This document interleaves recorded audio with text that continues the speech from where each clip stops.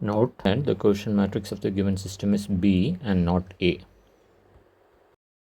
Start by finding the required product A into B.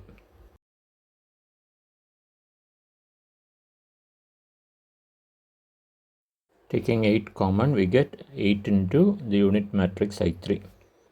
Clearly the product is 8 into I3.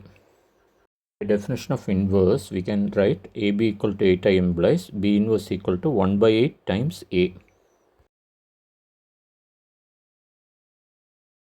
Looking at the given system and the given matrices, the given system becomes Bx equal to C. C represents the constants on the RHS.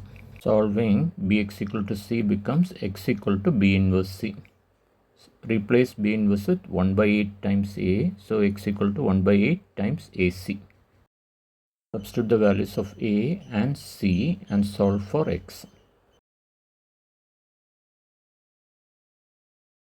Small x equal to 3, y equal to minus 2 and z equal to minus 1.